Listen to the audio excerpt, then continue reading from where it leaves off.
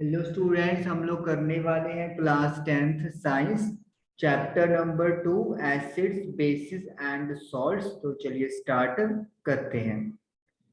तो आज हमारा टॉपिक जो शुरू होगा वो ये होगा कि व्हाट हैपेंस अगर वाटर को मिक्स करते हैं एसिड या फिर एक बेस के साथ, क्या होता है। लेट अस सी। उसके लिए हमारे पास एक एक्टिविटी है 2.10। इस एक्टिविटी में क्या है, पहले हमें 10 ml वाटर लेना है एक बीकर के अंदर। 10 ml वाटर लेंगे एक बीकर के अंदर, ये हमारी इस एक्टिविटी का फर्स्ट पॉइंट है। फिर उसके बाद हमने इसमें ऐड करना है concentrated sulphuric acid H2SO4। Drop by drop, कुछ बूंदे ड्रॉप ऐड करेंगे और इसे आपने स्विर्ल यानी कि अच्छे तरीके से हिलाना है, लेकिन स्लोली, क्योंकि एसिड है, अगर वो बाहर आ गया तो बहुत नुकसान कर सकता है। इसलिए आराम से उस बीकर को आपने हिलाना है ताकि वाटर और एसिड अच्छे से मिक्स हो जाए। Touch the base of the beaker. अब आप क्या करोगे, जो बेस है बीकर का उसे टच करोगे। Is there any change in the temperature. तो हमसे पूछ रहे हैं कि क्या कोई टेम्परेचर में चेंज होगा। तो बिल्कुल आप देखोगे जो बीकर का बेस है वो गर्म हो जाएगा। तो गर्म होने का मतलब क्या है, इस रिएक्शन में हीट रिलीज हुई है। तो अगला क्वेश्चन इन्होंने ये पूछा है कि एक्सोथर्मिक है या एंडोथर्मिक है। क्योंकि हीट रिलीज हो रही है तो डेफिनेटली ये आपके पास एक्सोथर्मिक रिएक्शन है। Repeat the above activity with sodium hydroxide. आपने अब कॉन्सेंट्रेटेड H2SO4 की जगह सोडियम हाइड्रोक्साइड के पैलेट्स यानी कि कुछ टुकड़े लेके एक्टिविटी करनी है। और सेम ऑब्जर्वेशन आप देखोगे कि टेम्परेचर चेंज हो जाएगा, यो भी एक्सोथर्मिक रिएक्शन होती है। अब हमारे पास क्या चीज होती है, मैं आपको ये आगे की कहानी बताता हूँ अगली स्लाइड में, लेकिन उससे पहले आप ये दो बातें याद रखिए। Say no to water in acid. Acid के अंदर वाटर कभी ना ऐड करें। मतलब बीकर लिया और पहले उसके अंदर आपने डाल दिया, सपोज कर लो एसिड, और फिर आप ऐड कर रहे हो वाटर। ये चीज नहीं करनी कभी भी। अगर आपको एसिड और वाटर मिक्स करने ही है तो उसके लिए बेस्ट वे क्या है, सबसे पहले आप लोगे बीकर के अंदर वाटर यानी कि पानी, और उसके अंदर आप ऐड करने वाले हो एसिड। तो मतलब एसिड में पानी नहीं मिलाना, पानी के अंदर आप एसिड मिलाओगे। तो ये बहुत दो अलग अलग बातें हैं। लगता तो सेम ही चीज है कि कर तो एक ही चीज रहे हैं, लेकिन दोनों में बहुत डिफरेंस है। पहले वाटर लेकर फिर उसके बाद एसिड ऐड करना थोड़ा सा मतलब रिस्क कम होता है, लेकिन एसिड लेके वाटर में पूरा रिस्क होगा, बहुत नुकसान हो सकता है। अगली स्लाइड में बात करते हैं तो चीजें ज्यादा आपको क्लियर हो जाएंगी। देखिए क्या है, the process of dissolving an acid or base in water is a highly exothermic one. हम लोग पहले पानी लेते हैं और उसके बाद उसके अंदर एसिड या बेस डिसॉल्व करते हैं, तो रिएक्शन में बहुत ज्यादा हीट रिलीज होती है और इसे we call exothermic reaction. Care must be taken while mixing concentrated nitric acid और सल्फ्यूरिक एसिड विद वाटर। बहुत ध्यान देने की जरूरत होती है जब आप वाटर के साथ कॉन्सेंट्रेटेड नाइट्रिक एसिड यानी कि HNO3 या फिर concentrated sulphuric acid H2SO4 add करते हो। बहुत ध्यान से, बहुत धीरे से, ड्रॉप वाइज ड्रॉप आपको ऐड करना होता है। Acid must always be added slowly to water with constant stirring. पानी लेकर उसके बाद धीरे धीरे एसिड ऐड करना चाहिए और कांस्टेंट स्टीयरिंग, लगातार उस मिक्सचर को हिलाते रहें। If water is added to concentrated acid, अब उल्टा प्रोसेस जो बोला था हमें नहीं करना। अगर हमने पहले एसिड ले लिया और फिर उसके बाद वाटर ऐड कर रहे हैं तो क्या होगा, हीट जनरेटेड, जो हीट जनरेट होगी वे may cause the mixture to splash out. वो हो सकता है जो मिक्सचर है एसिड और वाटर का उसको बाहर की तरफ धकेले, स्प्लैशिंग आउट के छींटे बाहर आने। तो हो सकता है वो बीकर से जो छींटे वो बाहर की तरफ आ जाए। एंड कॉज बर्न्स, और उससे बर्निंग इफेक्ट हो सकता है। छींटे पड़ेंगे एसिड के, एसिड एक्सोथर्मिक रिएक्शन दे रहा है वाटर के साथ, तो जाहिर है वो स्किन को बर्न नहीं करेगा। The glass container may also break due to excessive local heating, हो सकता है कि इतनी ज्यादा हीट प्रोड्यूस हो जाए किसी पार्ट पे कि जो ग्लास कंटेनर है वो आपका टूट जाए। तो इसीलिए कभी भी एसिड के अंदर पानी ऐड नहीं करते। एक्सीडेंटल यहाँ पर बर्निंग हो सकती है, आपका बीकर भी टूट सकता है, बहुत नुकसान हो सकता है। लेकिन वाटर पहले लेकर उसके अंदर थोड़ा थोड़ा एसिड डाल के लगातार अगर आप उसको मिक्सचर को हिलाओगे तो फिर जो रिएक्शन है वो लेस एक्सोथर्मिक होगी, सेफ होगी। सबसे बड़ी बात तो ये है। इसीलिए कभी भी वाटर इन एसिड नहीं होना चाहिए, हमेशा एसिड इन वाटर जाना चाहिए। ठीक है, पानी के अंदर एसिड ओके है, एसिड के अंदर पानी गलत है, ये चीज है। Okay next, mixing an acid or base with water results in the decrease in the concentration of ions per unit volume. हमें पता है जो एसिड है वो H पॉजिटिव आयन रिलीज करता है वाटर के अंदर, जो वाटर मॉलिक्यूल के साथ जुड़ के हाइड्रोनियम आयन में कन्वर्ट हो जाते हैं। जो बेस होता है वो वाटर में हाइड्रोक्साइड आयन यानी कि OH नेगेटिव आयन रिलीज करता है। तो जब एसिड या फिर बेस वाटर के साथ मिक्स करते हैं तो इन आयंस की जो कॉन्सेंट्रेशन है वो कम हो जाती है। जाहिर सी बात है, पहले वाटर और एसिड का जो भी वॉल्यूम था अब वॉल्यूम इंक्रीज हो गया क्योंकि हमने वाटर वहां पर ऐड कर दिया है। तो उससे क्या होगा, उससे ये चीज होने वाली है कि जो एसिड की कंसंट्रेशन है या जो आयंस प्रोड्यूस हो रहे हैं वो कम होंगे। पहले सपोज कर लो आपके पास 1 लीटर वाटर में 10 ml एसिड था, आप इसे डाइल्यूट कर रहे हो, मतलब आपने सपोज करो 1 लीटर और वाटर ऐड कर दिया, तो अब टोटल वाटर कितना हो गया मेरे पास 2 लीटर। लेकिन एसिड की कॉन्सेंट्रेशन तो सेम रही, एसिड का अमाउंट तो सेम रहा। तो पहले 10 ml एसिड था 1 लीटर वाटर में, अब 10 ml का एसिड जो है वो 2 लीटर वाटर में है, तो कॉन्सेंट्रेशन कम हो गया ना एसिड का। तो वही लिखते हैं कि जब आप वाटर ऐड करते हैं या मिक्स करते हैं वाटर के साथ तो एसिड के केस में हाइड्रोजन के आयंस की और बेस के केस में हाइड्रोक्साइड आयंस की कॉन्सेंट्रेशन पर यूनिट वॉल्यूम कम हो जाती है। पहले यहाँ पे देखिए 1 लीटर में 10 ml एसिड था, अब यहाँ पे एवरेज क्या आया 1 लीटर वाटर में 5 ml एसिड। तो ये बात वो कह रहे हैं। Such a process is called dilution, ऐसी प्रोसेस को डाइल्यूशन बोलते हैं। And acid or base is said to be diluted, और बेस और एसिड क्या हो गया है अब डाइल्यूटेड हो गया है, गाढ़ापन कम हो गया है, अपन ऐसे भी कह सकते हैं।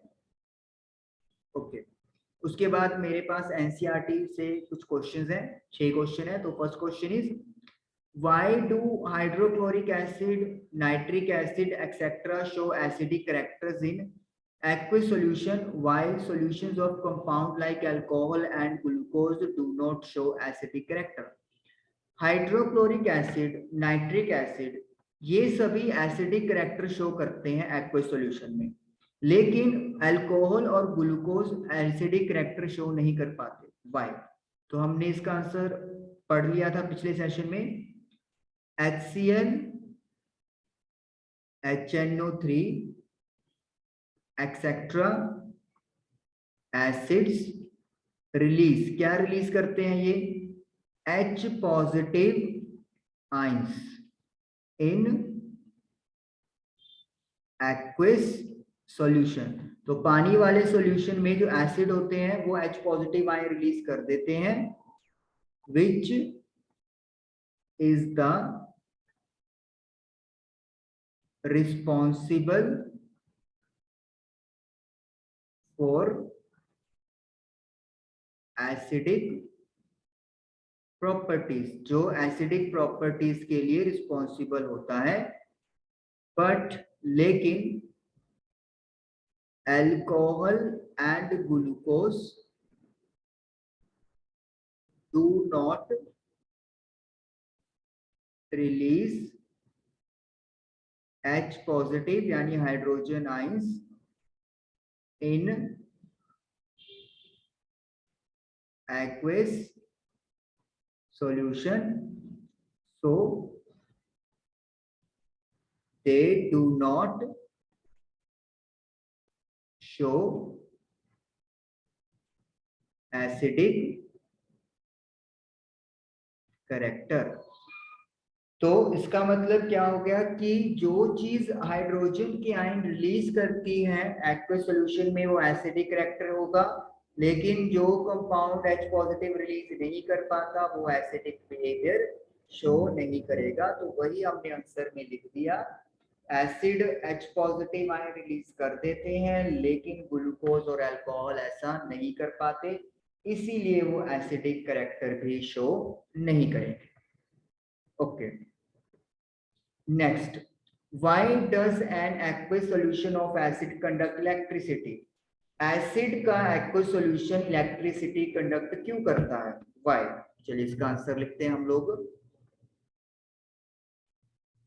Due to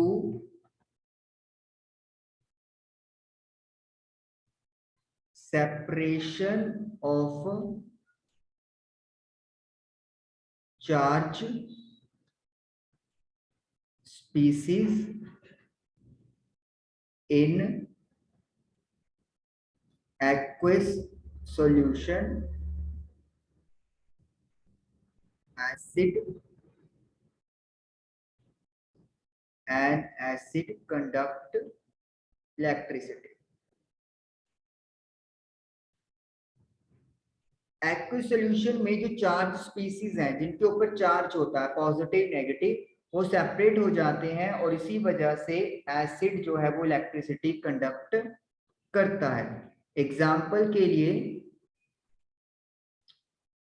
when HCl dissolves in water, it splits into, तो ये टूट जाती है H positive cations and Cl negative anions। These ions are the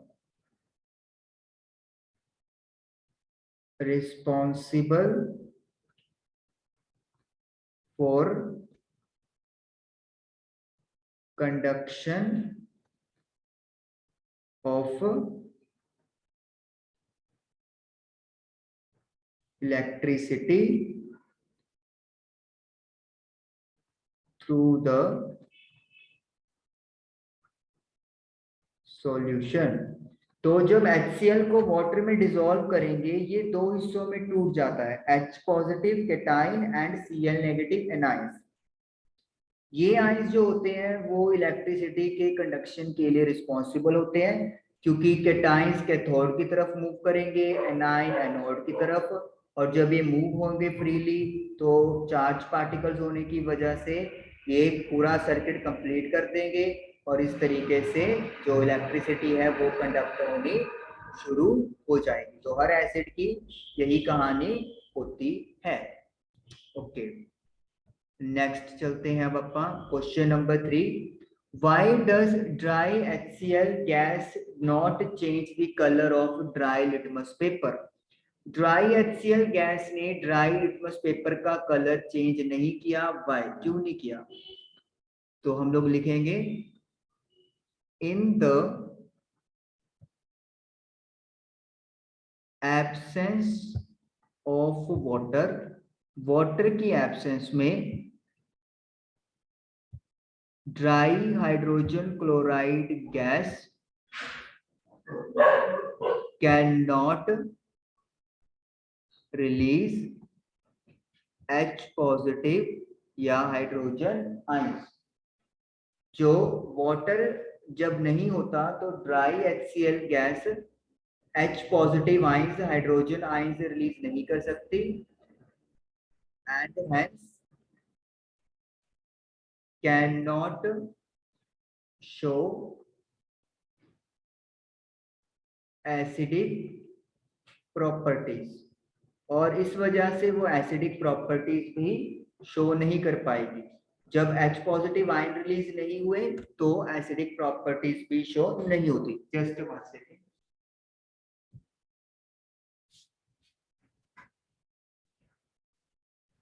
तो किसी भी चीज को अगर एसिडिक प्रॉपर्टी शो करनी है, मतलब आपके सिलेबस के अकॉर्डिंगली, तो उसको H पॉजिटिव आयन रिलीज करना है, लेकिन वो सिर्फ तभी शो कर पाएगा अगर उसको वाटर मिलेगा। अब यहाँ पे HCl भी ड्राई है और आपका लिटमस पेपर भी ड्राई है, तो H पॉजिटिव आयन रिलीज नहीं होगा, इसलिए वो एसिडिक प्रॉपर्टी शो नहीं करेगा। So it can not change the colour of dry litmus paper. तो ये ड्राई लिटमस पेपर का कलर चेंज नहीं कर पाएगा। तो इस तरीके से ये हमारा आंसर बन गया कि अगर एसिडिक प्रॉपर्टी शो करनी है तो हाइड्रोजन आयन रिलीज करने पड़ेंगे, ड्राई अप होने की वजह से H पॉजिटिव रिलीज नहीं होगा, एसिडिक प्रॉपर्टी शो नहीं होगी और लिटमस पेपर का कलर भी चेंज नहीं होगा। क्वेश्चन नंबर 4 है, वाइल डाइल्यूटिंग एन एसिड, जब आप एसिड को डाइल्यूट यानी पतला करना चाहते हो या वाटर ऐड करना चाहते हो, व्हाई इट इज रिकमेंडेड, ये क्यों सिफारिश की जाती है, that acid should be added to water, एसिड को पानी में ऐड करना चाहिए, not water to the acid, water को एसिड में ऐड नहीं करेंगे। तो देखिए वही बात होगी जो हमने डिस्कस किया था। तो यहाँ पे इसका आंसर हम लोग क्या लिखेंगे, if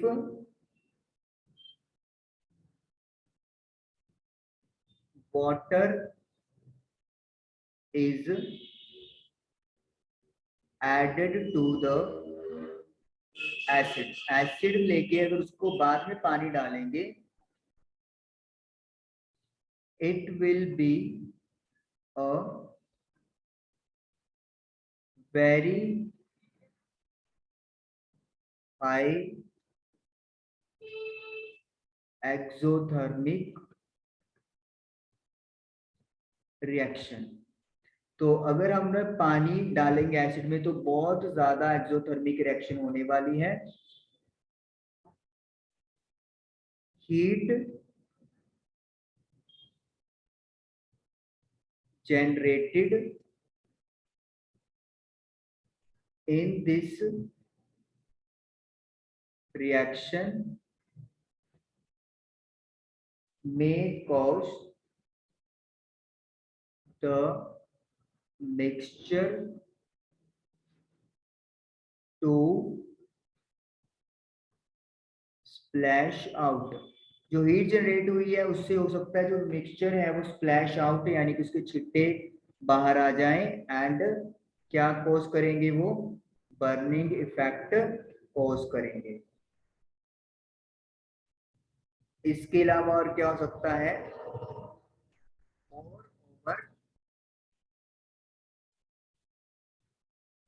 glass container may also break due to excessive local heating, और हो सकता है ग्लास कंटेनर भी टूट जाए, इतनी ज्यादा लोकल किसी जगह पर हीट इकट्ठी हो जाए। तो इसीलिए कभी भी वाटर को एसिड के अंदर नहीं डालना चाहिए। वैसी रिएक्शन तो एक्सोथर्मिक होता है, लेकिन अगर आप पहले एसिड लेके फिर उसके बाद वाटर ऐड करोगे तो और भी ज्यादा खतरनाक हीट रिलीज होगी, ये कहने का मतलब है। तो स्प्लैशिंग आउट हो सकती है, बर्निंग इफेक्ट हो सकता है और बीकर भी ब्रेक हो सकता है। Okay, how is the concentration of hydronium ions affected when a solution of acid is diluted, कहता है हाइड्रोनियम आयंस की कॉन्सेंट्रेशन कैसे चेंज होगी या कैसे असर पड़ेगा अगर एक सॉल्यूशन एसिड को डिलीट किया जाता है। तो अगर हम लोग एसिड के सॉल्यूशन को डाइल्यूट कर रहे हैं, डाइल्यूशन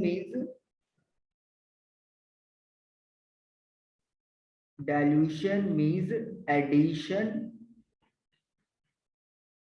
ऑफ वाटर, हम लोग पानी ऐड कर रहे हैं, सो जो कंसंट्रेशन है वो क्या हो जाएगी, कम हो जाएगी, क्योंकि अपन एसिड का अमाउंट तो इंक्रीज किया ही नहीं। So concentration of hydronium ions, concentration of hydronium ions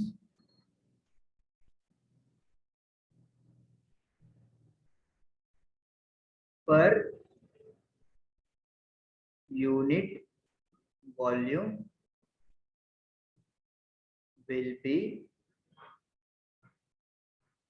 decreased। तो जो कंसेंट्रेशन है वो कम हो जाएगी, क्योंकि हमने एसिड तो उतना ही रखा है लेकिन वाटर एक्स्ट्रा ऐड कर दिया, तो पर यूनिट वॉल्यूम के हिसाब से जो इन आयंस की कंसेंट्रेशन है वो डिक्रीज होने वाली है या हो जाएगी। ये हमारा आंसर बनेगा। Okay, next, how is the concentration of hydroxide ions, OH negative ions की कंसंट्रेशन अफेक्ट बदलेगी when excess base is dissolved in a solution of sodium hydroxide। अब हमने बेस ऐड किया है, एक्सेस बेस ऐड कर दिया, यानी सॉल्यूशन था जो, अब उसके अंदर आप बेस ऐड कर रहे हो तो क्या होगा, जाहिर सी बात है बेस की क्वांटिटी बढ़ेगी। तो हम लोग लिखेंगे concentration of hydroxide ions will be increased। पर यूनिट वॉल्यूम लिखना जरूरी है यहाँ पे, पर unit volume will be increased as amount of base has been increased। क्योंकि अमाउंट जो बेस का है वो इंक्रीज कर दिया गया है, तो जो कंसेंट्रेशन है हाइड्रोक्साइड आयंस की पर यूनिट वॉल्यूम वो इंक्रीज हो जाएगी। तो ये था हमारा क्वेश्चन नंबर 6। तो आई होप कि आपको क्वेश्चन नंबर 1 to 6 क्लियर हुए होंगे और ये चीज भी क्लियर हुई होगी कि हमें वाटर में एसिड ऐड करना चाहिए, एसिड के अंदर वाटर कभी भी ऐड नहीं करना चाहिए। तो आज के सेशन में इतना ही। Thank you for watching the video.